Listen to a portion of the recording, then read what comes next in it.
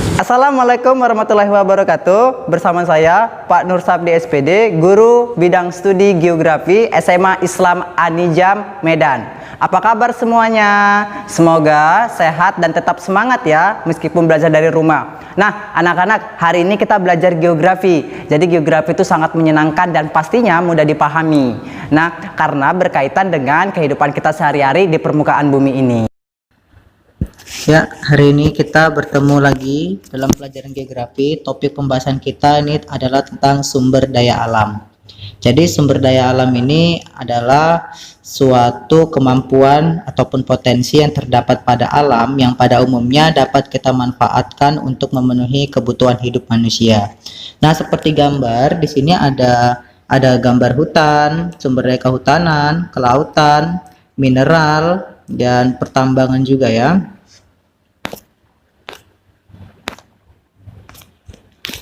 Nah, jadi di sini ada beberapa gambar cuplikan tentang status sumber daya alam di Indonesia. Jadi Indonesia itu adalah salah satu negara yang sangat kaya sekali akan sumber daya alamnya. Ya, untuk setiap jenis per unitnya Indonesia itu paling masuk ya dalam 5 besar dunia. Contohnya kalau batu bara kita nomor 2 di dunia ya. Kalau CPU sawit ya kita bisa terbesar di dunia. Baru kita ada produksi kakao, emas juga, rempah-rempah. Jadi rempah-rempah itu biasanya paling banyak dari Indonesia ya. Keindahan alam juga ya, itu termasuk dalam sumber daya alam Indonesia yang sangat-sangat terkenal ya. Jadi Indonesia ini adalah suatu negara yang penuh dengan anugerah kekayaan sumber daya alamnya untuk kebutuhan manusia, gitu ya. Nah, sebelum kita lanjut, seharusnya kita harus mengerti dulu tentang pengertian sumber daya alam. Jadi sumber daya alam itu pengertiannya adalah segala sesuatu yang muncul secara alami yang dapat digunakan untuk pemenuhan kebutuhan manusia pada umumnya. Yang tergolong di dalamnya tidak hanya komponen biotik. Nah, yang dimaksud dalam komponen biotik itu adalah komponen yang hidup, makhluk hidup ya, seperti hewan, tumbuhan, manusia gitu ya. Seperti hewan, tumbuhan, dan mikroorganisme. Tetapi juga ada juga komponen abiotik. Kalau sudah berbicara tentang abiotik berarti itu yang tidak hidup gitu kan. Seperti minyak bumi, gas alam, berbagai jenis logam, air, dan tanah. Ya, Bapak tambah juga situ sinar matahari ya. Jadi sumber daya alam ini banyak jenisnya, bukan hanya yang makhluk hidup, tetapi yang tidak hidup juga termasuk ke dalam sumber daya alam. Yang pastinya sumber daya alam ini untuk kebutuhan manusia. Jadi apa yang ada dalam negara kita ini sumber daya alamnya itu semuanya merupakan sumber daya alam yang sangat besar di dunia. Ya, bahkan belum tentu negara lain itu memiliki sumber daya alam yang sama seperti Indonesia gitu ya. Nah, hewan dan tumbuhan itu sangat terkenal sekali ya. Jadi Indonesia itu terbesar nomor 3 di dunia ya, setelah Brazil dan Zaire, dan nomor 3-nya Indonesia. Jadi bisa dibayangkan betapa banyaknya ya sumber daya alam di bagian hewan dan tumbuhan untuk di negara Indonesia ini ya.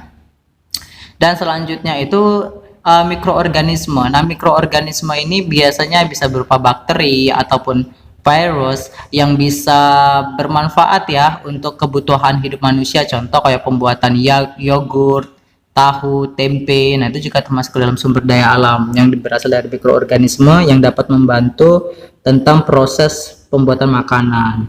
Nah, selain itu ada juga minyak bumi di sini ya. Minyak bumi Indonesia itu tak usah perlu ditanyakan lagi ya. Kita hampir di pulau Sumatera, Jawa, Kalimantan, Sulawesi, bahkan Papua semua tersebar. Minyak bumi, gas alam kita, logam ini juga termasuk logam mulia ya, yang paling mahal di dunia itu seperti emas. Terbesar di dunia itu ada di Papua, di PT Freeport ya, dan air dan tanah. Nah, itu juga termasuk sumber daya alam. Oke, lanjutin. Nah, memanfaatkan sumber daya alam. Jadi sumber daya alam yang dimanfaatkan manusia itu dibedakan menjadi 2 ya. Seperti yang tadi Bapak bilang, SDA makhluk hidup, biotik contohnya hewan dan tumbuhan, dan SDA bukan makhluk hidup, abiotik. Contohnya tanah, air, udara, dan barang tambang dan lain-lain. Jadi kalau masalah tanah, sumber daya alam Indonesia itu sangat luar biasa ya, karena Indonesia dianugerahi dengan tanah yang sangat subur. Jadi tanah yang sangat subur itu dimanfaatkan bercocok tanam oleh masyarakat Indonesia. Jadi kita tidak heran bahwa kita Indonesia dicap sebagai negara agraris, artinya itu negara pertanian karena tanah kita yang begitu subur, ya. Yang kedua itu air ya. Jadi air di Indonesia itu bisa perairan darat, perairan laut. Jadi biasanya itu dimanfaatkan oleh masyarakat dalam kegiatan pertambakan, kelautan, ikan gitu ya. Jadi itu bisa bermanfaat untuk kebutuhan hidup manusia. Nah, udara. Jadi kita beruntung ya tinggal di Indonesia karena kita memiliki iklim yang tropis. Jadi kita tuh stabil ya, panasnya kita siang hari 12 jam, malamnya 12 jam. Baru sinar matahari kita juga tinggi, itu bagus untuk tumbuh-tumbuhan. Baru juga curah hujan juga tinggi. Curah hujan tinggi itu bisa bermanfaat untuk ketersediaan air, seperti air tanah yang biasanya kita gunakan air sumur gitu kan. Baru untuk kebutuhan hidup manusia yang lainnya. Barang tambang, jadi hampir semua ya barang tambang di dunia itu di Indonesia itu ada di Indonesia itu. Jadi sangat luar biasa ya sumber daya alam di Indonesia. Oke, selanjutnya berdasarkan pembentukannya sumber daya alam dapat diklasifikasikan sebagai berikut. Jadi berdasarkan pembentukan itu ada dua.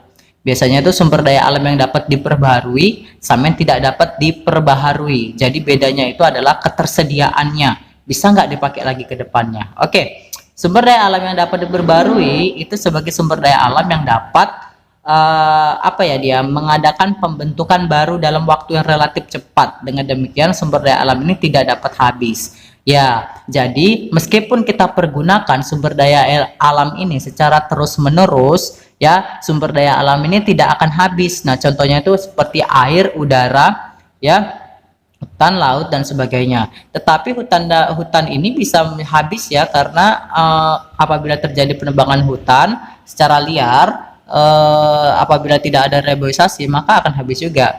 Seperti air, udara, ya kan? Nah, itu tidak akan pernah habis meskipun kita gunakan dari zaman nenek moyang sampai sekarang tidak akan pernah habis. Itulah dia yang dapat diperbarui. Ya, baru selanjutnya ada juga yang sumber daya alam yang tidak dapat diperbaharui. Jadi ini pengertiannya itu adalah sumber daya alam ini terdapat dalam jumlah yang relatif statis. Arti statis di sini itu adalah tetap ya, dan jumlahnya tidak akan mungkin bertambah. Ya, pastinya akan berkurang karena ini sangat langka dan sangat sulit ditemukan. Ya, kalaupun ditemukan pasti dimanfaatkan. Maka barang yang dimanfaatkan maka itu akan habis karena tidak ada penambahan atau pembentukannya sangat lama. Ya, contohnya itu seperti barang tambang, minyak bumi dan sebagainya gitu ya. Jadi kalau saat ini yang kita nikmati minyak bumi yang untuk bahan bakar minyak, gas LPG yang sering untuk masak, itu penggunaannya pembentukannya jutaan tahun yang lalu ya. Jadi jutaan tahun yang lalu dia terbentuk, baru kita saat ini bisa memanfaatkannya. Jadi kalau itu habis maka kita akan cari tempat yang lain untuk menggantinya gitu kan.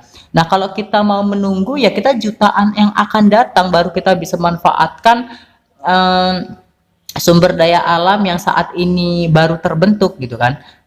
Jadi kira-kira mau nggak menunggu sampai jutaan tahun untuk memanfaatkan sumber daya alam? Saya rasa tidak ya. Jadi itulah yang dikatakan yang tidak dapat diperbaharui. Artinya dia akan habis. Jadi kita menggunakannya ini harus benar-benar efisien, hemat juga. Barang tambang seperti emas, nikel, ya, tembaga, bauksit, itu semuanya akan habis gitu kan. Fosfat juga, minyak bumi, ya, batu bara itu akan habis apabila kita boros menggunakannya. Nah, jadi ada juga lain klasifikasi sumber daya alam berdasarkan pemanfaatannya. Ini dibagi dua, langsung dan tidak langsung. Kita lihat langsung, udara, air dan bahan pangan. Ya, ini biasanya kita gunakan untuk secara langsung ya, udara untuk bernapas, air untuk mandi, untuk cuci piring, untuk menyiram tanaman, dan bahan pangan juga biasanya kita gunakan untuk sebagai bahan makanan kita sehari-hari. Nah, tidak langsung itu minyak, besi, bahan tambang dan lainnya. Ini artinya dikatakan tidak langsung, ini harus diolah terlebih dahulu supaya bisa dimanfaatkan sumber daya alamnya gitu ya. Nah, selanjutnya ada berdasarkan tipenya. Jadi ada yang pernah habis yang tadi ya, dan tidak akan pernah habis, yang dapat diperbarui dan tidak dapat diperbarui. Nah, ini dia yang keempat. Ada prinsip ekosistem. Artinya gini, adanya keanekaragaman. Ya, jadi wilayah satu dengan wilayah yang lain itu biasanya memiliki keanekaragaman. Contoh, Pulau Sumatera dengan Pulau Kalimantan, ya kan? Mungkin Sumatera kegiatan pertanian lebih banyak, tetapi di Kalimantan itu lebih banyak kegiatan pertambangan, gitu kan? Adanya saling keterkaitan dan saling ketergantungan. Nah, saling keterkaitan dan saling ketergantungan ini artinya adalah saling membutuhkan antara wilayah satu dengan wilayah yang lain. Ketika wilayah satu tidak menghasilkan beras, ya bisa mencari daerah yang lainnya untuk memenuhi kebutuhan hidupnya. Oke, adanya keteraturan dan keseimbangan yang dinamis. Artinya apa? Apabila semua sumber daya alam ini dapat terpenuhi, maka akan tercipta kestabilan, keseimbangan, gitu ya. Harmonisasi dan stabilitas. Harmonisasi ini maksudnya keindahan dalam apa ya, dalam menjalani kehidupan apabila memang sumber daya alam itu bisa dimanfaatkan untuk kitanya, gitu. Adanya manfaat dan produktivitas. Jadi manfaat dan produktivitas ini artinya adalah kita memanfaatkan sumber daya alam itu bisa menciptakan suatu kreativitas produk yang bisa meningkatkan nilai mutu hidup kita. Nah, pentingnya sumber daya alam bagi pembangunan ekonomi itu sangat banyak sekali. Yang pertama itu salah satu masalah yang harus dihadapi manusia adalah semakin tipisnya persediaan sumber daya alam. Nah, inilah yang tidak dapat diperbarui tadi. Semakin kita gunakan terus-menerus, itu akan habis. Nah, banyak loh Pertamina yang mengambil sumber daya alam seperti pertambangan. Ketika dulu itu contohnya di Kabupaten Langkat, itu dulu masih ada namanya minyak dan gas bumi. Tapi yang pertama di Indonesia itu dulu di Langkat ya. Jadi ketika minyak bumi itu sudah habis di Langkat, ya kan, maka dia akan mencari tempat yang lain gitu. Nah, saat ini di Kalimantan gitu kan, jadi di Langkat itu hanya gas alamnya saja, tapi ketika nanti gas alamnya sudah habis, nah kita harus cari tempat yang lain lagi gitu, maka dianya itu akan sulit sekali untuk tersedia secara terus-menerus. Kalaupun tersedia, kita harus menunggu jutaan tahun yang akan datang gitu kan. Jika sumber daya alam terus dieksploitasi demi mengejar pertumbuhan ekonomi, di mungkin beberapa saat lagi pertumbuhan akan berhenti karena habisnya pasar sumber daya. Nah, inilah yang menjadi bahaya. Kenapa? Apabila suatu negara ya terus berpatokan pada sumber daya alam saja untuk pertumbuhan ekonomi, memang cepat pertumbuhan ekonomi itu akan meningkat. Tetapi ketika stok SDA itu tadi sudah habis, maka itu akan berhenti. Artinya ekonomi akan anjlok. Hal inilah yang terjadi di negara Venezuela. Jadi mereka itu hanya tergantung pada minyaknya saja, sehingga pertumbuhan ekonominya tinggi. Tetapi ketika SDA-nya sudah habis, maka mereka anjlok, maka krisis di sana kemarin itu ya, sampai saat ini juga. Nah, itulah tentang namanya sumber daya alam yang apa tadi ya, yang Bapak jelaskan. Jadi intinya sumber daya alam ini kita manfaatkan yang ada di alam itu untuk kebutuhan manusia. Ya, baik itu yang untuk makhluk hidupnya ataupun yang tidak makhluk hidupnya.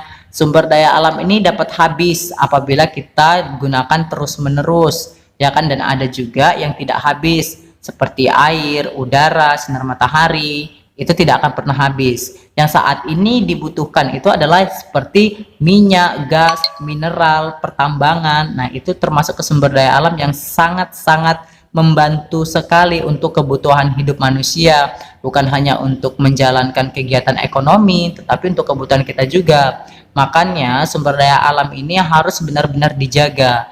Apalagi Indonesia, ya kan? Semua pertambangan itu semua ada. Di negara-negara lain belum tentu ada. Makanya Indonesia terkenal banget dengan negara yang kaya akan sumber daya alamnya. Setiap tahun, setiap bulan itu mengekspor ke luar negeri. Ya, mengekspor itu artinya kita menjual. Kenapa? Kita sendiri belum mampu untuk mengolah sumber daya alam kita. Jadi itu adalah kesalahan dari negara kita sendiri. Oke, sekianlah tentang informasi dari penjelasan sumber daya alam. Nah, untuk selanjutnya kita akan membahas tentang topik tentang sumber daya alam lagi yang lebih detail lagi. Oke, assalamualaikum warahmatullahi wabarakatuh.